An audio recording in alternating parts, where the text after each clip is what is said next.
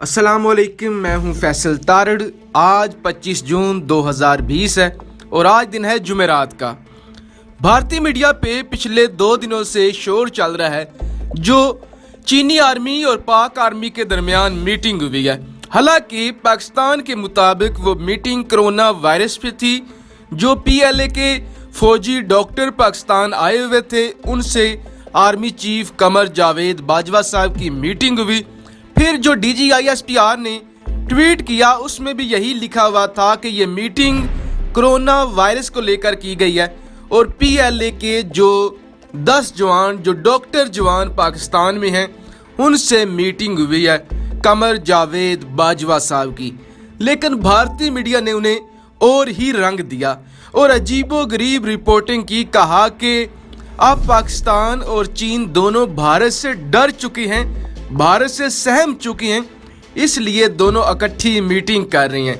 ये दोनों भारत से आज़ाद कश्मीर को बचाना चाहते हैं। जम्मू कश्मीर नहीं, आज़ाद कश्मीर जो कि पाकिस्तान के कब्जे में है, ये दोनों मिलकर भारत से बचाना चाहते हैं। लेकिन भारत इन्हें छोड़ेगा नहीं। भारत गिलगित बल्तिस्तान पे भी कब्जा करेगा, भारत आज़ाद कश्मीर पे भी कब्जा करेगा। और बार बार इनकी रिपोर्टिंग में एक ही लफ्ज, पाकिस्तान डर चुका है, फिर चीन सहम चुका है। मुझे समझ नहीं आती, मैं सर पकड़ के बैठा हुआ हूं कि हम कैसे डरे हुए हैं, चीन कैसे डरा हुआ है। चीन तो चढ़ाई कर रहा है, चीन तो गलवान वैली में आगे तक पहुंच चुका है। अभी की जो खबरें मेरे पास हैं वो भी पढ़ी जाएं तो ऐसा लगता है जैसे चीन परखचे उड़ा देगा, चीन छोड़ेगा नहीं इनको। चीन ना किसी की सुन रहा है। रशिया ने भारत को जवाब दे दिया है, अमेरिका ने साथ छोड़ दिया है, नेपाल नहीं है, भूटान नहीं है, श्रीलंका नहीं है, बांग्लादेश नहीं है। पता नहीं ये किस शय पे कहते हैं कि पाकिस्तान हमसे डर रहा है, चीन हमसे डर रहा है।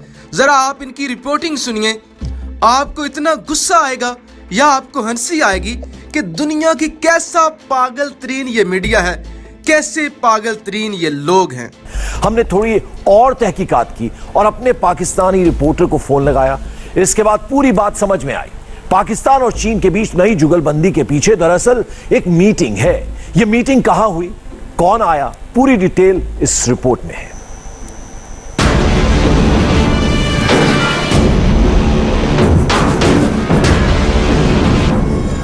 पाकिस्तान के रावलपिंडी में एक ऐसी मुलाकात हुई जिसकी खबर पाकिस्तान के 99% लोगों को भी नहीं हुई।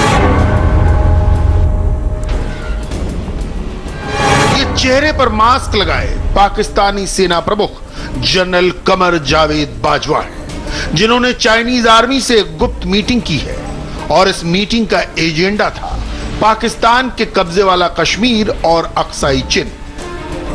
पाकिस्तान और चीन को इस वक्त भारत का खौफ सता रहा है, भारतीय सेना का डर सता रहा है। वीडियो देखकर साफ है यह मीटिंग कम और मजबूरी ज्यादा थी और इस मजबूरी की वजह आज हम आपको बताएंगे।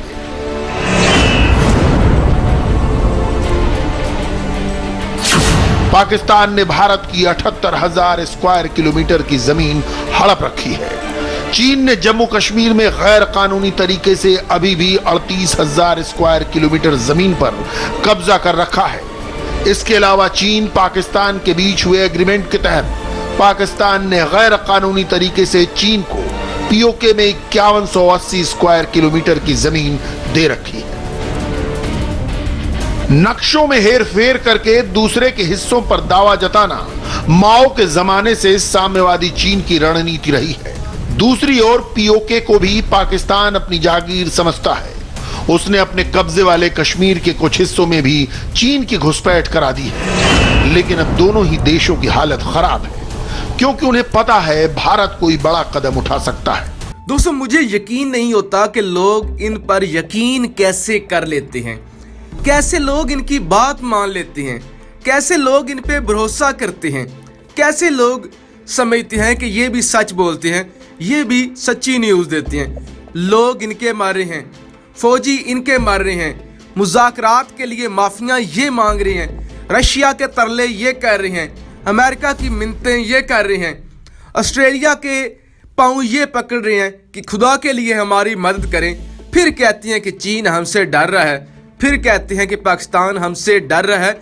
मुझे लगता है इन्होंने अभी तक जॉन बोल्टन की किताब नहीं पढ़ी, जिसने ये लिखा है कि जब पाकिस्तान ने तैयारे गिराए थे तो अमेरिका में हलचल मच गई थी। लिहाजा ये दुनिया का झूठा तरीन मीडिया है। आज मुझे यकीन हो चुका है कि ये किसी सूरत भी सच नहीं बोल सकते।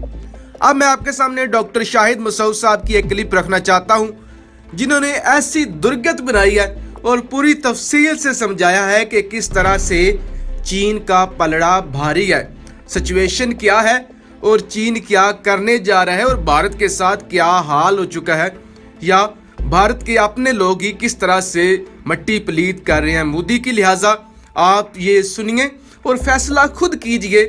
पाकिस्तानी मीडिया को भी देखें, फिर इनके मीडिया को भी देखें, फिर न्यूट्रल होकर सोचें। ये ना सोचें कि हम पाकिस्तानी हैं, एक न्यूट्रल शहरी होकर सोचें कि इनका मीडिया इनको किस कदर बेवकूफ़ बनाता है। गलवान वैली, कश्मीर, लद्दाख इनके हाथ से निकल चुका है और ये ख्वाब देख रहे हैं आज़ाद कश्मीर पे कब्जे करने के। इनके हाथ तो जम्मू कश्मीर भी नहीं आने वाला, वो भी इंशाल्लाह हम हासिल करेंगे। और ये ख्वाब देख रहे हैं गिलगित बल्तिस्तान पे कब्जा करने का। अब मसला ये है कि ये भारत फंस गया है बहुत बुरी तरह। मतलब तसव्वुर, जितना तसव्वुर आप कर सकते हैं ना, भारत अपनी 47 के बाद से आज तक इतनी बुरी पोजीशन में कभी नहीं आया। उसकी वजह ये हुई है कि एक तो वो हमने पहले बात की कि उनका आज परेड हुई बड़ी ज़बरदस्त वहाँ पे मॉस्को में, लेकिन उस परेड का नतीजा कोई भी नहीं निकला। उस परेड के अंदर ना वन ऑन वन मीटिंग हो सकी चाइना के वजीर खारजा के साथ, वजीर दिफा के साथ, और रशिया ने अपने आप को पीछे कर लिया था। तो राजनाथ गए वहाँ पे और राजनाथ और वो जो असला है उसके ऊपर एक कंडीशन और रशियंस लगा रहे हैं कि ये जो 2021 में डिलीवर होना है, एक कंडीशन उस पर ये लग रही है कि ये असला चाइना और पाकिस्तान के खिलाफ इस्तेमाल नहीं होगा। तो फिर किसके खिलाफ होगा? आपको पता है जैसे F-16 तैयारों के ऊपर एक कंडीशन, तो पाकिस्तान और चाइना के खिलाफ इस्तेमाल नहीं होगा तो भूटान पे मारेंगे क्या?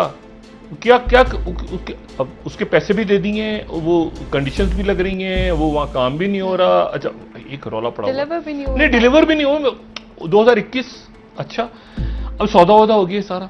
लेकिन एक दो बातें बड़ी खौफनाक हुई हैं और बड़ी खौफनाक हो रही। एक तो ये है कि अब से कुछ देर पहले इनकी वेबसाइट्स के ऊपर वो इमेजेस जो हैं वो सामने आ गई हैं और ये बड़ी खौफनाक बात है। ये बात बड़ी खौफनाक है और ये बात है कि जो ताज़ा तरीन, इसको ज़रा काइंडली बड़ा कीजिएगा, ताज़ा तरीन जो इमेजेस हैं सैटेलाइट की गैलवान वैली से भी और डेप्सेंग से भी, वो ये बता रही हैं कि 22 जून को, उसको थोड़ा बड़ा करेंगे थोड़ा सा, जो 22 जून वाली बात, 22 जून को जिस दिन मुज़ाकरात हुए हैं अभी परसों, और जिस दिन ये तय हुआ है कि डीएस्केलेशन होगी, यानी दोनों तरफ की जो फौजें हैं वो वापस जाएंगी, तो ये सैटेलाइट इमेजेस जो हैं वो ये बयान कर रही हैं कि 22 जून को भारी यहां पे PLA जो है वो जमा हो रही थी यहां पर भी, और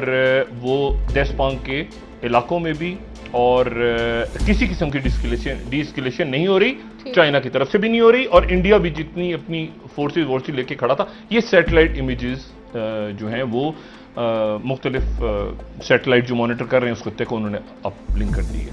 एक बात तो ये हो गई। दूसरी जो बात है वो ये है कि एक और इन्हीं की खबर वो ये कि इन्होंने जनाब क्या किया, एक इन्होंने कैंपेन चला दी कि जी चाइना का बाइकआउट कर दो, चाइना का बना हुआ सारा सामान।